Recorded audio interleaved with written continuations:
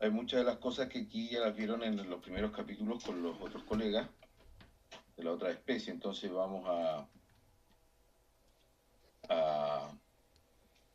un poquito a apurarnos un poco más que nada en la primera parte, ¿ya?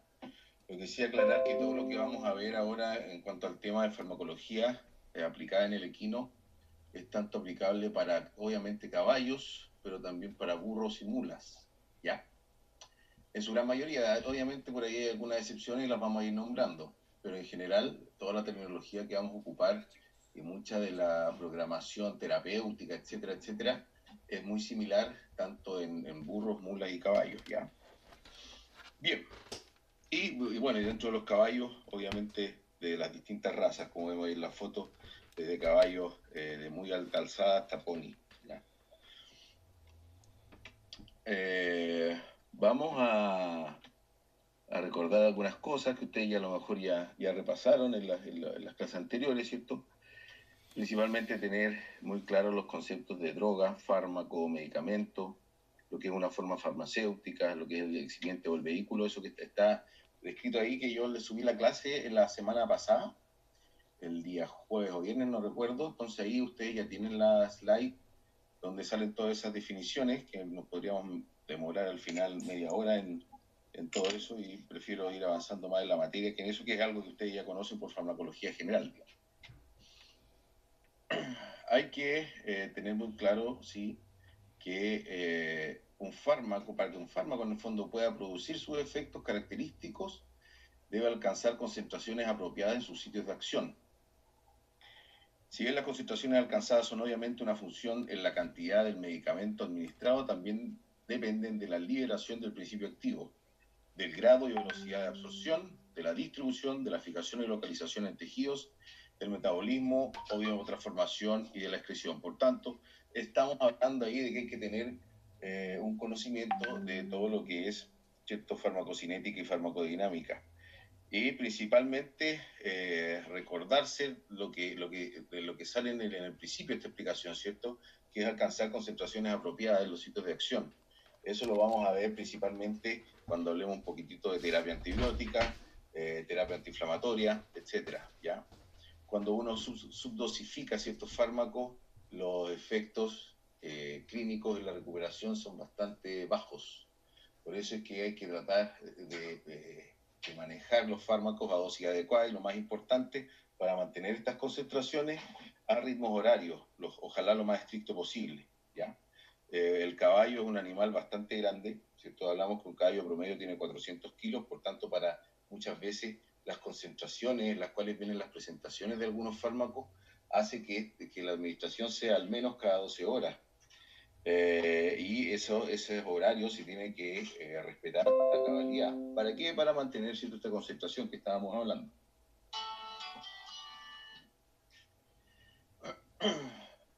La concentración que alcanza un medicamento después de una dosis no permanece constante, sino que varía a lo largo del tiempo, ¿ya?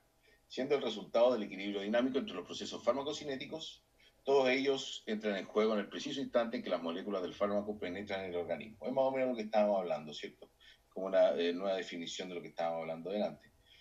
Eh, todos los fármacos se metabolizan, todos los fármacos tienen un sitio de acción, todos los fármacos van a provocar, ¿cierto?, una cantidad de metabolitos, todos los fármacos van a tener cierta función, pero pueden alterar otras funciones, hay que entender todo eso, ¿ya? En cuanto al funcionamiento, ¿cierto?, la farmacocinética de un fármaco en un organismo, vamos a ver que hay varias cosas que lo van a poder afectar. Y dentro de estos factores vamos a hablar de la variabilidad individual de cada individuo, en este caso cada caballo, ¿cierto? Existen factores que influyen sobre la concentración que alcanza el fármaco en un animal determinado, es decir, una misma dosis de un fármaco no alcanza las mismas concentraciones y no produce efectos iguales en todos los animales. Y esto se debe a factores fisiológicos, que ya lo veremos, patológicos y factores iatrogénicos, ¿ya? Es importante, sobre todo en caballos, tener en cuenta esto. Ustedes, los que se dediquen a caballos, después en su ejercicio profesional, van a ver que tenemos caballos que son, si bien a simple vista se ven muy similares, son muy distintos entre sí. ¿Por qué? Porque, por ejemplo, es muy distinto el metabolismo que tiene un caballo de carrera al metabolismo que tiene un caballo corralero. o el metabolismo que tiene un caballo de labores agrícolas a un metabolismo que tiene un caballo de enduro, por ejemplo, ¿ya? Y las condiciones, ¿cierto?, propias de la raza. Entonces, hay que saber entender eso. Dentro de los factores fisiológicos que estábamos hablando, ¿cierto?, son diferencias entre distintas especies animales e incluso diferencias dentro de las mismas especies que dependen del patrón genético, sexo y peso y su dieta. O sea, estamos diciendo ahí que la diferencia puede ser una diferencia entre un caballo y un burro, pero también puede haber diferencia en el fondo dentro de los mismos caballos. Por ejemplo, una yegua preñada es muy distinto un tratamiento farmacológico que se le puede otorgar a una yegua preñada que a un potrillo, o que a un macho, o que a un caballo, digamos, anciano, ya geriatra, qué sé yo. Son particularmente importantes las diferencias entre el potrillo, el adulto y el animal de edad avanzada, así como la influencia que ejerce el estado preñero en las yeguas. Hay muchos fármacos que tienen muy buena funcionalidad, ¿cierto?, pero que en yeguas no está autorizada o se recomienda no ser administrados, ¿cierto?, en yeguas preñadas por varias cosas. Una, porque los laboratorios también se cubren un poco la espalda, porque hay muchas drogas que se sabe, de hecho, no provocan aborto, pero los laboratorios igual indican no ser administradas, pero también hay muchas otras drogas que efectivamente en una hembra que no está gestante no provoca ninguna alteración, pero en una hembra gestante perfectamente puede llegar a complicaciones, incluso abortos y qué sé yo. Lo mismo algunos fármacos que pueden ser utilizados en caballos adultos, por ejemplo, hablamos de la esquinolona, ¿ya?, del rofloxacino. En un potrillo que está en pleno crecimiento está totalmente contraindicado administrar una quinolona, ¿ya?, por ciertas alteraciones que puede provocar finalmente a nivel articular, etcétera. Puede ser que son animales que están en desarrollo y eso los puede alterar bastante, digamos. Los factores patológicos se relacionan con la existencia de patologías que puedan alterar la función renal, hepática y digestiva. Eso es muy importante. Para que un fármaco tenga una buena distribución, buen metabolismo, buena acción, necesitamos de que todo el sistema de todos los órganos esté funcionando relativamente bien. Obviamente en los caballos enfermos, dependiendo de qué patología es, ese sistema está bastante alterado, ¿cierto? Pero hay fármacos que sin duda que se va a afectar en mayor medida, ¿cierto?, si es que el animal presenta algunas alteraciones importantes, sobre todo a nivel de órganos que son muy importantes en la distribución del fármaco y en la metabolización de esta, ¿cierto?, y en la eliminación. Eh, por ejemplo, es importante entender que si yo tuve un caballo, ¿cierto?, con un factor patológico como por ejemplo una rhabdomiolisis que cursó con mioglobinuria por esfuerzo, un caballo de alta competencia, sé que van a haber depósitos de mioglobina en ese riñón, sé que van a haber depósitos disculpen, pero es que me están llamando del político hace como 2 horas y no estoy trabajando ya. ¿Qué está? Por ejemplo, algunos equinos, ¿cierto?, que presentan, por ejemplo, lo que le está dando el ejemplo, ¿cierto?, una mioglobinuria por esfuerzo, por ejercicio. Sabemos que esos riñones van a tener, ¿cierto?, un depósito de mioglobina importante. Entonces, ya puedo entender de que hay una cierta alteración, ¿cierto?, a nivel renal. Entonces yo cualquier fármaco que tenga una excreción renal, sé que su excreción no va a ser la más indicada. Entonces, por ejemplo, un caballo que ha cursado con una mioglobinuria, ¿cierto?, por esfuerzo, yo sé que en los próximos 20 días yo no le voy a administrar un fármaco, por ejemplo, gentamicina, que tiene una gran excreción renal. ¿Ya? ¿Se va entendiendo? Factores iatrogénicos provocan interacciones de fármacos aplicadas al mismo tiempo y que pueden alterar las características farmacocinéticas. Eso pasa muchas veces, ¿cierto? Por ejemplo, cuando yo administro, qué sé yo, vacunas y después posteriormente tratamientos de altas dosis de corticoides, ¿ya? Sé que la respuesta inicial de la vacuna va a ser más baja. O cuando administro algunos fármacos que pueden tener cierta relación antagónica. Por ejemplo, si yo en un tratamiento para otorgar proquinesia intestinal en un caballo estoy administrando lidocaína, pero a la vez también estoy administrando metoclopramida. O ocupo una o ocupo la otra, porque si no, no existe sinergia entre ellas y al contrario, voy a tener efectos negativos, ¿ya? Todos esos factores iatrogénicos son los que también hay que tener en cuenta. Por suerte eso, la gran mayoría de todo eso, de todos estos factores, digamos, que lo he nombrado, están súper estudiados hace mucho tiempo, entonces es muy difícil meter las patas, incluso en los mismos prospectos que vienen en los frascos de los laboratorios y todo eso, sale muy bien explicado qué es lo que hay que hacer, cómo hay que hacerlo, dónde hay que hacerlo, todo eso, ¿ya? Es muy, muy importante. Bien, vamos a entrar un poquitito en materia, ¿cierto? Con algo que es un poquitito más fácil, pero es para hacerlo un poquitito más eh, entretenido, podríamos decir esto. Muchas de estas cosas ustedes ya las habrán visto en su práctica básica o más o menos ya le han hablado muchas veces, ¿cierto? Pero vamos a hablar, ¿cierto?, de las vías de administración de fármacos en el caballo, que es un punto muy importante, porque inicialmente cuando teníamos el programa de farmacología hace unos años atrás se hablaba mucho de fármacos, fármacos, fármacos. Y algunos colegas dijeron, oye, pero nadie le está explicando cómo se administra una inyección en un perro, en un gato, en un caballo, en un cerdo, en cómo se hace la administración en los pollos, en los salmones, qué sé yo. Y eso estaba falto. Así que de tiempo a esta parte, por lo menos yo y otros colegas también hablamos de esto, que es fundamental. No sacamos nada con saber qué es lo que tiene un frasco de fármacos si ni siquiera sabemos cómo inyectar o administrar.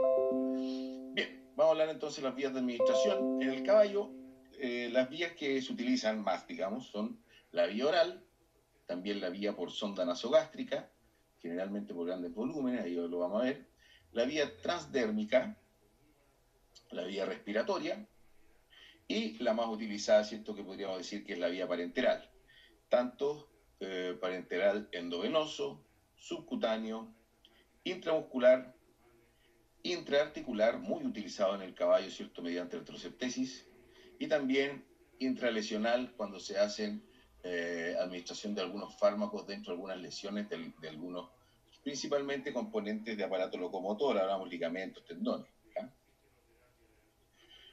La vía oral es una vía muy sencilla de poder ser administrada en el equino, ¿cierto? Hay muchos fármacos, ¿cierto?, con presentación oral en caballo, cada vez más, de hecho. En Chile no llegan muchos, pero en el mundo, ¿cierto?, cada vez más se ve que hay desarrollo de administración oral en el caballo. Hay algunos fármacos que por la forma y el funcionamiento del aparato digestivo del caballo no tienen mucha efectividad, pero hay otros que funcionan bastante bien. Y esos estudios también se han hecho. Entonces, hay muchos fármacos que antes eran inyectables y que se ha ido desarrollando con el tiempo, ¿cierto?, la presentación oral. Muchas de estas presentaciones comerciales vienen en esas jeringas que ustedes ven en la foto, ¿cierto?, que viene con un dosificador, ustedes van dosificando. La gran mayoría de los por ejemplo, los antiparasitarios vienen en esta presentación, ya sea en pasta o en gel, algunos complejos vitamínicos, algunos analgésicos, etcétera, ¿ya? Eh, Omeprazol también viene en pasta, en jeringa, etcétera. La forma más sencilla, ¿cierto?, es introducir esta jeringa por la comisura labial, por detrás de los incisivos, ¿cierto?, y apoyar la punta de la jeringa en la lengua. Generalmente no hay que tirar un chorro fuerte, eso va a asustar al caballo, hay que dejar caer el producto en forma suave, digamos, en la lengua, y el caballo lo va a ir tragando de a poco. Es la idea, digamos, ¿ya? Si ustedes tiran un chorro fuerte, el caballo se va a asustar y se va a espantar y no va a tragar nada. Lo bueno es que la gran mayoría de los fármacos de uso oral en caballo tienen muy buena palatabilidad. El caballo es muy, muy exquisito en la palatabilidad, por tanto, los laboratorios se esperan en que el caballo, ¿cierto?, lo acepte bastante bien. ¿Ya? Ojo que lo que es palatable para un ser humano no necesariamente es bien palatable para el caballo. Por ejemplo, está el famoso ejemplo de estos multivitamínicos que afuera dice con sabor a manzana y ustedes lo huelen y huele a manzana exquisita, pero lo prueban y es como si comieran manzana con sal, ¿ya? Y es bastante malo, pero al caballo le encanta. No sé, cosas de caballos. Eso es cuando tenemos ciertos los productos que ya vienen listos, pero muchas veces también hay otros fármacos que tienen administración bioral, pero uno los tiene que preparar, ¿ya? Hablo de fenilbutazona de uso oral, diseñada para caballos, pero también hay otros fármacos que son de uso humano, que utilizamos muchas veces, ¿cierto? Y que extrapolamos las dosis a caballos. Hablo de, qué sé yo, de algunos fármacos, ¿cierto?, que tienen acción reológica o alguna acción, ¿cierto?, prokinética, etcétera, ¿ya? Entonces, lo que hay que hacer es que esos comprimidos, ¿cierto?, se deben moler en un mortero o algo así, o lo más similar a ello posible, ¿cierto? Volver a que esto se transforme en un polvo, se introduce dentro de una jeringa, luego todo se diluye y con la misma otra técnica se administra, ¿cierto?, por vía oral. Yo les aconsejo que todas las dosis de vía oral aumentenlas un 10, un 15%, porque por muy palatable que sea, el caballo nunca se va a tragar todo. Nunca se va a tragar todo. Entonces, es preferible aumentar un poquito la dosis. Si ustedes tienen cualquier pregunta todo esto, ustedes tienen la posibilidad de desmutear su micrófono y me preguntan durante la clase más que al final. Es mejor así, se produce un ping-pong y es todo más fácil, ¿ya? Porque no estoy viendo el chat tampoco en este momento. No me funciona el video, pero bueno. La sonda nasogástrica, es un sistema, ¿cierto?, que sirve para muchas cosas. Obviamente sirve para tomar muestras a nivel de contenido gástrico, etcétera, etcétera, pero también nos sirve para administrar grandes volúmenes, ¿cierto?, de algunos productos que, sí, que tienen cierta indicación vía oral, pero por la gran masa, ¿cierto?, que tiene el caballo, a veces si uno lo empieza a dar con una jeringa estaría como 3 horas dándolo. Entonces es más fácil colocar una sonda nasogástrica y a través de la sonda podemos administrar estos fármacos.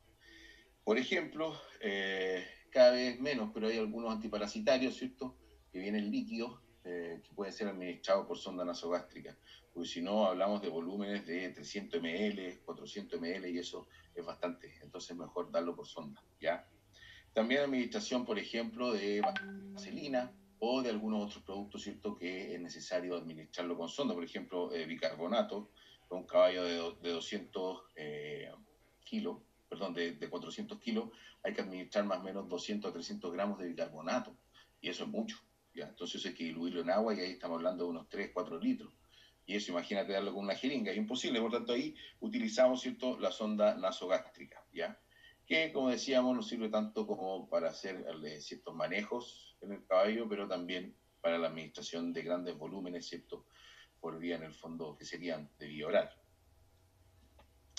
La forma transdérmica también es utilizada en otras especies, generalmente tiene todo lo que es relación con algunas pomadas, ¿cierto?, algunas cremas, a veces de acción local como cicatrizantes, pero también otras que tienen alguna cierta importancia, cierta acción antiinflamatoria, por ejemplo, pomadas de fenilbutazona, pomadas de diclofenaco, pomadas de, ¿cómo se llama esto? Día miércoles. Bueno, se utiliza bastante, ¿ya? Esa es la forma, al menos, que está siendo utilizada la forma transdérmica del caballo hasta el momento. Ustedes saben que los laboratorios están, muchos de ellos, ya en producción porcina y en otras especies. La forma transdérmica incluso está sirviendo para realizar vacunas y tratamiento antiinflamatorio. Así de moderno está la cosa. Ya con uno de spray y queda listo el animal. Bueno, en caballo todavía eso está en desarrollo ya, pero la forma transdérmica en caballo sí lo ocupamos principalmente en manejo de pomadas, cremas y ese tipo de cosas, ¿cierto? Las famosas friegas que llaman los viejos. La administración respiratoria, ¿cierto?, por vías aéreas. En el caballo de alta competencia, ¿cierto?, es muy, muy utilizada. Ustedes se acordarán por medicina, no sé si han tenido medicina, no sé, parece que sí. Bueno, no sé, ya me que hay administración, ¿cierto?, de fármacos que tienen muy buena tolerancia en el caballo y muy buena absorción a nivel respiratorio, sobre todo para cuadros respiratorios. Hablamos de cuadros respiratorios infecciosos o alérgicos a nivel superior o incluso a nivel ya inferior, alguna bronquitis o qué sé yo, responden muy bien a la administración respiratoria, ya sea por inhalación, ¿cierto?, como lo que estamos viendo acá, con cámaras inhaladoras, como la que tenemos en la foto de la izquierda, ¿cierto?, que son cámaras especiales, en el cual, ¿cierto?, tú conectas un puff común y corriente de uso humano, lo que sí cambia la dosis, en vez de hacer un par de puffs, son como 8 puffs por caballo, digamos, cada 6, 8 horas. Y tiene muy buena efectividad. Y lo otro, ¿cierto?, ya son inhalaciones en base a vaporizaciones. Acá hay un vaporizador, ¿cierto?, y este vapor es aspirado por el caballo y en esa solución de vaporización uno puede, ¿cierto?, administrar corticoides, antihistamínicos, antibióticos, obviamente mucolíticos, ¿cierto? Y ustedes van a ver, broncodilatadores también, y ustedes van a ver que el efecto es muy, muy bueno. Cuando ustedes tienen caballos, por ejemplo, que están con traqueobronquitis importante, aparte del tratamiento antibiótico y sistémico, etcétera, hace muy bien hacer un tratamiento local, que en este caso es en base a ciertas inhalaciones, ¿ya? Y ustedes van a ver el cambio del caballo del cielo a la tierra. Van a llegar y se van a encontrar con un caballo deprimido, con una disnea importante, y van a ver que al terminar el primer episodio, ¿cierto?, de tratamiento inhalatorio, vas a ver que el caballo se va a ver bastante recuperado, va a haber mejorado mucho su capacidad ventilatoria, etcétera, ¿ya? Lo que pasa es que estos tratamientos tienen que ser constantes, ¿ya? todas estas maquinitas y todas estas cámaras y qué sé yo, para hacer terapia inhalatoria en el caballo, están a la venta en Chile ya hace un buen tiempo. Antiguamente era difícil encontrarlos acá, entonces los viejos se las ingeniaban y con un par de tarros de Nescafé, no sé, o cosas así, hacían estas cosas. Pero ahora existe hace harto rato ya, y de muy buena calidad y cada vez a precio más accesible, así que tampoco es algo prohibitivo. Vamos ahora con los inyectables en el caballo. La primera vía de acceso en el caballo, ¿cierto? Es la vía yugular, ¿ya? Para la vía endovenosa. Es la primera vía de elección. ¿Por qué? Porque es una vena que tiene muy fácil acceso, es bastante evidente, ¿cierto? Al momento de ingurgitarlas. ¿Por qué? Porque si yo presiono el surco yugular, obviamente voy a estar lenteciendo todo lo que es el tránsito sanguíneo de la vena yugular y la vena se va a hacer evidente porque se va a ingurgitar, se va a llenar. Entonces es fácil por poder, digamos, ubicarla. Es bastante sencillo, ¿no es cierto? La vena yugular soporta tanto tratamientos de inyecciones como también terapia de fluidos de grandes volúmenes. A veces hablamos que para hidratar un caballo necesitamos 15 litros, ¿ya? Entonces la vena yugular lo soporta bastante. Lo ideal es que siempre la inyección de la vena yugular, si dividimos el cuello en dos, ¿cierto? Sea de la mitad hacia arriba más que de la mitad hacia abajo. ¿Por qué? Porque de la mitad hacia arriba la vena yugular es un poquitito más superficial, un poquitito más gruesa y la carótida está mucho más profunda. A medida que la yugular empiece a bajar, la yugular se empieza a hacer un poquitito más profunda, su lumen también, o su diámetro empieza a disminuir muy poco, pero empieza a disminuir, y la carótida se hace más superficial. Entonces, en la mitad inferior yo puedo tener mucho más fácil, sin quererlo obviamente, un accidente de estar inyectando algo que es endovenoso y lo estoy inyectando en una arteria que hay arterial, ¿cierto? Hay muchos fármacos que uno al inyectar intraarterial no va a provocar la muerte del caballo, pero sí obviamente convulsiones, ¿ya? Y un caballo con convulsiones, te lo explico lo complejo, no es lo mismo un gato con convulsiones, le tiráis una frazada encima hasta que se calme, un caballo con convulsiones destruye toda una pesebrera, ¿ya? Entonces hay que tener cuidado con eso. Eh, por A o C motivo, si no tengo acceso a la vena yugular para administrar una inyección, que sé yo, que el caballo tiene periflebitis en las yugulares, que el caballo está accidentado y justo el cuello quedó debajo del camión, qué sé yo, eh, vamos a ver que podemos utilizar una vena, ¿cierto? Que es la vena cefálica, que es bastante evidente en el caballo que está en el antebrazo. Ahí hay dos venas, ¿cierto? Está la radial y la cefálica. La radial está un poquito más adelante, pero un poquitito más pequeña. La cefálica es mucho más grande, ¿ya? Lo que sí la cefálica solo acepta principalmente inyecciones, fluido es muy difícil, se irrita bastante luego, ¿ya? La forma de poder inyectar la cefálica, ¿cierto? En un caballo no es directo con la aguja, sino que ahí utilizamos mariposas, ¿cierto? Y conectamos la aguja, la extensión de la mariposa a la jeringa. Entonces hacemos una buena limpieza, desinfección y colocamos, ¿cierto? La mariposa. Hay muchos caballos que toleran el pinchacito en la mano, a lo más alegan que se mueven un poquito la piel y listo, pero hay otros que sí se hace necesario a través de utilizar un puro, ¿ya? La gran mayoría lo tolera así el pinchacito, no hay problema. Y, eh, y posteriormente conectan la extensión de la mariposa a la jeringa, ¿ya?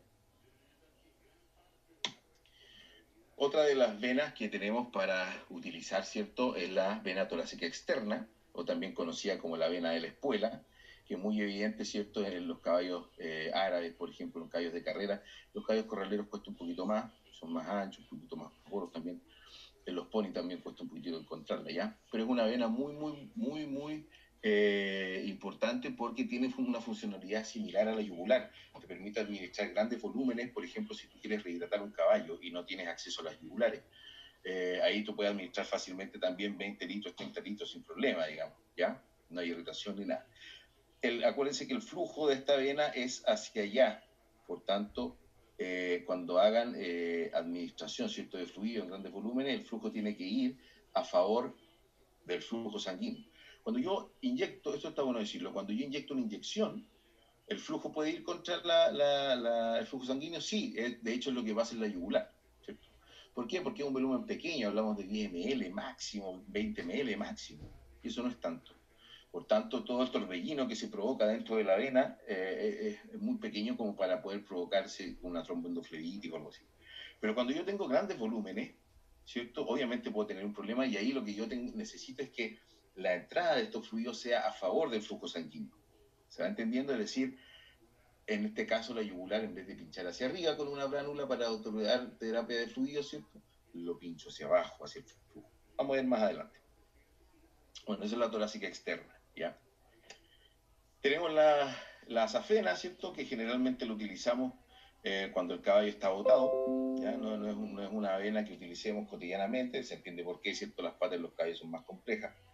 Eh, pero sí, si tenemos un caballo en decúbito lateral o decúbito dorsal, es una vena bastante evidente y que tiene muy fácil acceso y que permite tanto administración de inyecciones como también administración de fluidos. Muchas veces los anestesistas, cuando uno en pabellón opera caballos de garganta, ¿cierto? O de ojo, qué sé yo, todo lo que es cabeza y cuello, a ellos les complica tener el caballo conectado con sus vías, ¿cierto? Y todos sus brebajes que le ponen a los caballos en el cuello. Entonces muchas veces ocupan esta vena, que es la vena safena, que es una vena que también tolera bastante volumen y es bastante fácil de poder utilizar, ¿cierto?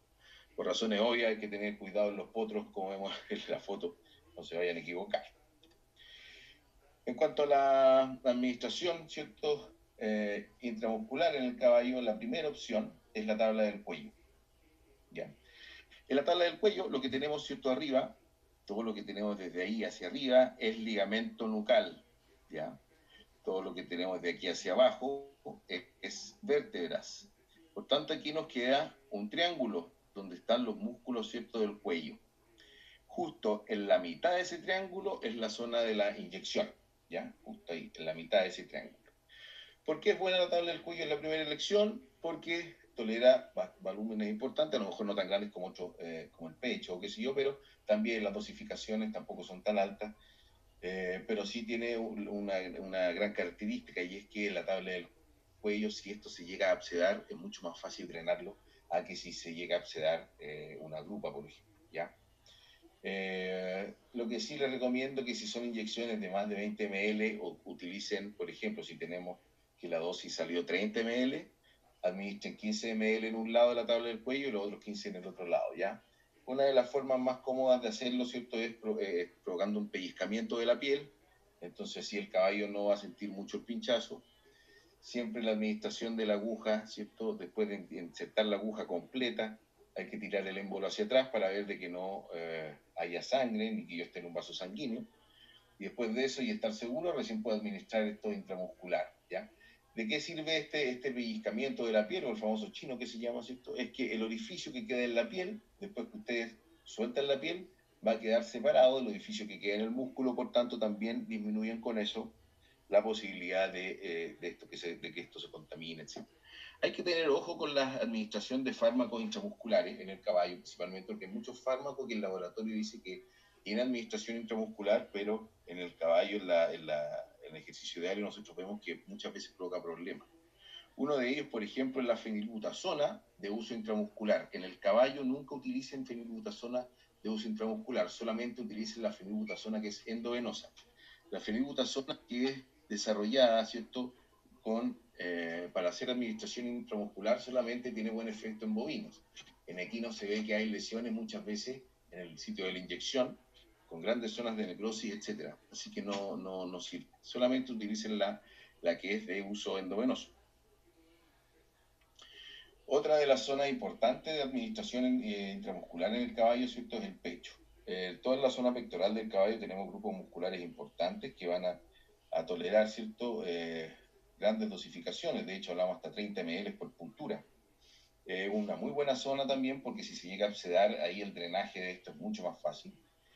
El problema, ¿cierto?, es que mucho entrenador, mucho equitador, los guasos, etcétera, no les gusta mucho que le pinchen los pechos al caballo, porque los caballos se resienten y evidente, ¿cierto?, que se resiente un par de días, no están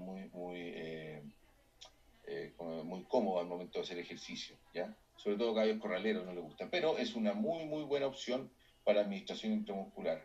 De hecho, si yo tengo el beneplácito del propietario y todo, prefiero ocupar esta zona, digamos, ¿ya? Anda bastante bien. Obviamente que ahí lo que hacemos es dejar caer la aguja, ¿cierto? No podemos hacer el mismo protocolo que utilizábamos en la tabla del cuello, es muy distinto. Otra de las zonas, ¿cierto?, para ser administrada una administración intramuscular es en la grupa. La grupa, ¿cierto?, tiene un grandes músculos, ustedes ya saben, ¿cierto? Es una zona bastante irrigada, es súper buena. El gran problema es que si esto se absceda, para poder drenarlo es un cacho, porque en el fondo, por gravedad, tendría que tener al caballo colgado patas para arriba, no sé, unos 10 días y eso es complejo. Entonces, muchas veces eso para drenarlo hay que hacer una mini cirugía, ¿cierto? Que hay que hacer un drenaje con efecto chimenea, es todo más complejo. Y eso obviamente complica todo. Pero es una buena zona, ¿cierto? Muchas veces los colegas que se dedican a bovinos pinchan a los caballos en esa zona, porque las vacas como se pinchan ahí. Pero hay que tener cuidado, hay que tener cuidado con esa administración. Siempre ocupar jeringas desechables, agujas desechables, buena desinfectación, ser muy cuidadoso con eso. Otra zona también, ¿cierto? El muslo, principalmente, ya sea en el músculo semimembranoso o en el semitendinoso, en cualquiera de los dos músculos, ¿cierto? Que en el caballo es bastante evidente, ¿cierto? Están separados por lo que se conoce como la línea de la miseria, que hablan la gente en el campo, ¿cierto? En el caballo, que es esta línea de acá. Generalmente son pocos los caballos que toleran esto. Muchas veces cuando se administra es con caballos, ¿cierto? Que están o en brete o con maneas o algo así. Hay que colocarse contrario al lado del caballo, ¿cierto? Y administrar la inyección con la cara de miedo que tiene, lo exactamente lo mismo. Yo generalmente no utilizo mucho esta forma, siendo que es una muy buena, zona de inyección, ¿ya? Una muy buena zona de inyección. De hecho, cuando ustedes tengan caballo que está en decúbito lateral, después de una castración o lo que sea, aprovechen de administrar una dosis de antibiótico ahí, porque tiene una muy buena irrigación y buena distribución. Bueno, esto se va a cortar en cualquier momento, me está avisando, y ustedes saben que mando otra invitación y así lo hacemos por el día de hoy, ¿cierto? También tenemos la forma subcutánea, ¿cierto? La administración subcutánea, que en el caballo principalmente por ahí hay un par de anabólicos o un par de, que ya no tanto, pero algunas vacunas, pero se utiliza poco, ¿cierto? La administración subcutánea en el caballo. La heparina también tiene una forma, un protocolo, ¿cierto?, para ser administrada subcutánea en el caballo, pero no es mucho.